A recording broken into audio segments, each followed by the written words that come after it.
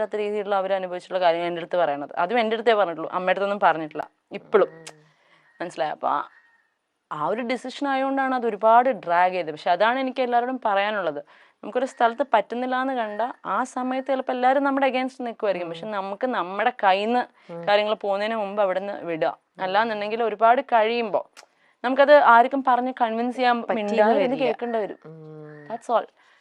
So what you said is like pretty right. അമൃതേച്ചിക്ക് ആ ഒരു ഇതുണ്ടായിരുന്നു. പക്ഷെ പിന്നെ ഞങ്ങളുടെ അച്ഛനും അമ്മയും ഭയങ്കര പാവ ആൾക്കാരായിരുന്നു. അപ്പം അവർ പറയും കുഴപ്പമില്ല, ഞങ്ങൾക്കറിയാലോ ഞങ്ങളുടെ മോൾക്ക് ഇങ്ങനെ തെറ്റ് പറ്റാനുള്ള, ഞങ്ങൾ എങ്ങനെ വളർത്തിയോണ്ടായി. ഇപ്പം നിന്നെ ഞങ്ങൾ വേറെ കുറച്ചൊരു ബോൾഡൊക്കെ ആക്കി വളർത്തിയായിരുന്നു, നിനക്കിതൊന്നും പറ്റില്ലായിരുന്നു. നിന്നെ ഒരു പാവമായി പോയതുകൊണ്ടാണ് നിനക്കത് അനുഭവിക്കേണ്ട വന്നേന്നുള്ളത് പറയുന്നതാണ് ചേച്ചിയുടെ strength. So we are lucky that way. അല്ലെങ്കിലും അന്നത്തെ ഒരു ഏജില് അമൃതയ്ക്കും എത്ര മെച്യൂരിറ്റി ഉണ്ട്, വളരെ യങ് അല്ലേ. അപ്പോഴും നമ്മൾ ലൈഫിനെ എപ്പോഴും പോസിറ്റീവായിട്ടേ കാണൂ. ആരും നമുക്ക് ചീത്ത വരും എന്ന് എത്ര പാരന്റ്സ് കുറേയും കൂടെ എക്സ്പീരിയൻസ് വെച്ചിട്ടും അവരുടെ ഒരു മെച്യൂരിറ്റി ലെവലിൽ അവർ പറഞ്ഞാലും ആ ഒരു ഏജിൽ ഒരു ലേഡി ഒരിക്കലും എന്റെ ലൈഫിൽ ദേ ഇങ്ങനെ വരാൻ പോണോന്ന് വിചാരിക്കുന്നതേ ഇല്ല.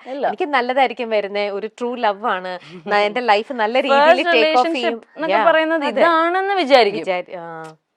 അങ്ങനെ വിചാരിച്ചിട്ട് അതിലേക്ക് സ്റ്റെപ്പ് ഓൺ ചെയ്യാണ്. പക്ഷേ അതവിടുന്ന് തെറ്റിപ്പോയി. അങ്ങനെ പറഞ്ഞ വിട്ട് എന്റെ സ്റ്റോറിയിലെ വില്ലൻ ചിലപ്പോ മറ്റൊരാൾക്ക് വില്ലൻ ആയിരിക്കണം എന്നില്ല കേട്ടോ.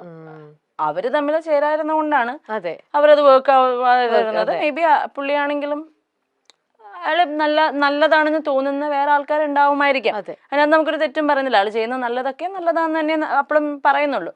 പക്ഷെ എന്റെ ചേച്ചി സഫർ ചെയ്തത് അത് കേൾക്കുമ്പോ എനിക്ക് ഹീസ് എ വില്ലൻ ഓൺലി. അതായത് എനിക്കിപ്പോ എവിടെ ഇരുന്നോ ഞാൻ പറയും, ഐ ഡോണ്ട് കെയർ. ചിലത് തമ്മിൽ ചേരില്ല, എന്നാ അതിലെ ഒന്ന് വേറെ ആൾക്കാരായിട്ട് അത് ചേരുവായിരിക്കാം. നമുക്കൊന്നും ചെയ്യാൻ പറ്റുന്ന കാര്യങ്ങളല്ല.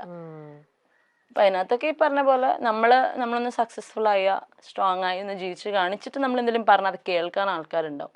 അല്ലെങ്കിൽ നമ്മളവിടെ കിടന്ന് വെറുതെ വിക്ടിം കാർഡ് കളിക്കണോ, പെണ്ണിന്റെ ഇത് പറയണോ, ചുമ്മാ അതാ. കാരണം വേറെ കുറെ കഥകൾ നമുക്ക് അറിയാവുന്നതാണ്, where women are villain. So നമ്മുടെ നാടാണെങ്കിലും കുറച്ചുകൂടെ ആണുങ്ങൾക്ക് ഒരു ഇതുള്ളതാണ്. അപ്പൊ ഇതൊക്കെ നമുക്കൊന്നും ചെയ്യാൻ പറ്റുന്ന കാര്യങ്ങളല്ല. പോട്ടെ, സമയം വരും. കീപ്പിംഗ് ക്വയറ്റ് അറ്റ് ടൈംസ് അത് ഭയങ്കര ഹെൽപ്ഫുൾ ആയിരിക്കും. പക്ഷെ എന്റെ ചേച്ചി ഉണ്ടായിരുന്ന പോലെ ഉണ്ടായിരുന്ന പറ്റില്ല. അതെ, പറ്റില്ല. അത് ആരും ഒരുപാട് വർഷത്തേക്കൊന്നും ഉണ്ടായിരിക്കരുത്. ഒരു 10-20 മിനിറ്റ് ഒക്കെ ഉണ്ടായിരിക്കും, എന്നിട്ട് മിണ്ടണോ. പറയാൻ കേൾക്കാനുള്ളത് എന്താന്ന് വെച്ചാൽ കേട്ട് കൊടുത്തോളൂ. അമൃതയുടെയും നിങ്ങളുടെ ആ ഒരു റിയാലിറ്റി ഷോയിൽ വന്ന സമയത്ത്, അല്ലെങ്കിൽ അന്നത്തെ ആ ഒരു ഇതിലൊക്കെ ലൈഫ് മാറ്റിയതാണ് സുരേഷ് ചേട്ടൻ നിങ്ങളുടെ ലൈഫിലേക്ക് എൻ്റർ ചെയ്തപ്പോഴും. ആ ഒരു റിലേഷനെ കുറിച്ചും കൂടെ ഒന്ന് പറയൂ അബി. ഇപ്പോ എങ്ങനെയാണ് നിങ്ങൾ എല്ലാവരും തമ്മിലുള്ള റിലേഷൻ? ആ ഒരു ഇത് പറയാനാണെങ്കിൽ ഇപ്പൊ സുരേഷ് അങ്കിളായിട്ടുള്ള നമ്മുടെ ഇതുവരെയും ഭയങ്കരമായിട്ട് സൈബർ ബുള്ളീഡ് ആയിട്ടുള്ള, അഗൈൻ ഈ പറഞ്ഞ പോലെ ഒരു 10 കമന്റുകളിൽ ഈ ഒരു സാധനം വരുമ്പോഴാണ് പയ്യ ആൾക്കാർ ഇത് അങ്ങനെ ആയിരുന്നല്ലോ എന്ന് ബാക്കി കമന്റ് ചെയ്യുക. അപ്പൊ സുരേഷ് അങ്കിളുടെ സീൻ എങ്ങനെയായിരുന്നു വെച്ചാൽ, സ്റ്റാർ സിംഗറിൽ ചേച്ചിയുടെ ഫസ്റ്റ് റൗണ്ടിൽ തന്നെ മൗനമേ എന്ന് പറയുന്ന പാട്ട് പാടിയ റൗണ്ടിൽ ചേച്ചി ഒരു പട്ടുപാടയും ബ്ലൗസ് ആയിരുന്നു. അപ്പൊ ചേച്ചി പാട്ടിനും പെർഫോമൻസിനും നമ്മൾ ഇട്ടിരിക്കുന്ന കോസ്റ്റ്യൂമിനും ഒക്കെ ആയിരുന്നു മാർക്ക്. ചേച്ചിയുടെ കോസ്റ്റ്യൂമിന് മാർക്ക് കുറഞ്ഞു, പെർഫോമൻസിന് ഫുള്ള് കിട്ടി. അന്നാണ് സുരേഷ് അങ്കിൾ ഏഷ്യനെറ്റിൽ വിളിച്ചിട്ട് പറയുന്നത്, ഇനി അമൃതയ്ക്ക് കോസ്റ്റ്യൂമിന്റെ കേസിൽ ഒരു പ്രശ്നം ഉണ്ടാവരുത്. ഇതാണ് അന്നുള്ള ബന്ധം. ഇന്നും രാധികാന്റിയായിട്ടും സുരേഷ് അങ്കിളായിട്ടും മക്കളായിട്ടും ഒക്കെ ഞങ്ങൾ ഇപ്പോഴും ലൈക്ക് ഫാമിലി. പറഞ്ഞുകൊണ്ട് ചേച്ചി പറഞ്ഞ പോലെ ഒരു എക്സ്റ്റേണൽ സപ്പോർട്ട് ഒരു ഫാമിലിയുടെ ഭാഗത്ത് ഉണ്ടായിട്ടുണ്ടെങ്കിൽ ആ സുരേഷ് അങ്കിളുടെ ഫാമിലി എന്നാണ്. ആ കള്ളൻ എന്നുള്ള പേര് ഒരിക്കൽ വന്നു കഴിഞ്ഞാൽ പിന്നെ എത്ര നല്ല രീതിയിൽ ജീവിച്ചാലും അവൻ കള്ളനാന്നുള്ള പേര് വന്നോണ്ടേയിരിക്കും. അത് കട്ടോന്ന് മാറ്റർ അല്ല, ആ കട്ടിട്ടുണ്ടെങ്കിൽ കക്കാനുള്ള റീസൺ മാറ്റർ അല്ല, ഇതൊന്നും മാറ്റർ അല്ല. ആ പേര് വീണോ യു ആർ ഡൺ. എസ്പെഷ്യലി കള്ളൻ എന്നുള്ളതിന്റെ നമുക്ക് അതിന്റെ ഒരു ജെൻഡറും കൂടെ മാറ്റിയ, കള്ളിയാണെങ്കിൽ യു ആർ ഡൺ.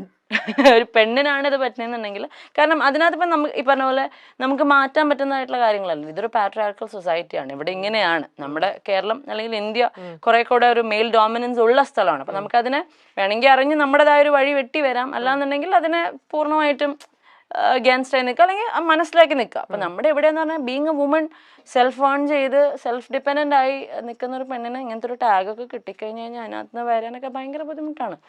അതിനുവേണ്ടി അത്രയൊന്നും നമുക്ക് എഫേർട്ട് എടുക്കാൻ പറ്റില്ല. ബിക്കോസ് നമ്മുടെ ലൈഫ് വെച്ചിട്ട് നമ്മൾ കളിക്കേണ്ടി വരും. അത് വെരി ട്രൂ.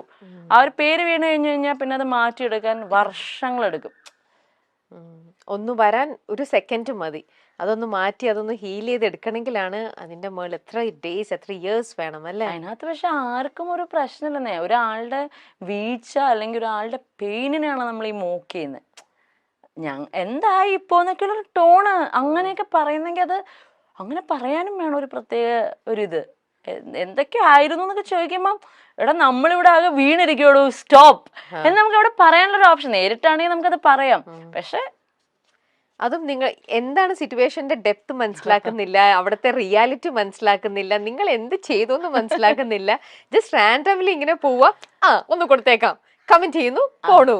എന്താണെന്നൊന്നും അവിടെ അല്ലേ റിയാലിറ്റി മനസ്സിലാക്കാണ്ടാണ് പലരും കമന്റ് ചെയ്യണതും ഈ പറയണ പോലെ അറ്റാക്കിങ് ഒക്കെ. പിന്നെ ഞാൻ പറഞ്ഞില്ലേ ചേച്ചി, ഓരോ ആൾക്കാർക്ക് ഓരോ ലുക്ക് ഉണ്ട്, ഒരു വൈബ് ഉണ്ട്. ചിലർക്കൊക്കെ പറഞ്ഞോട്ട് ഭയങ്കര കള്ളന്മാരാണെങ്കിലും അവർക്ക് ഭയങ്കര പാവം ലുക്കായിരിക്കും. ഇനിയിപ്പോൾ അവരൊന്നും എക്സ്പ്ലെയിൻ ചെയ്തില്ലെങ്കിലും കുഴപ്പമൊന്നുമില്ല. പാവം കണ്ടാത്തന്നെ എങ്ങനെ അറിയാനാണ്? How can we judge a book by its cover?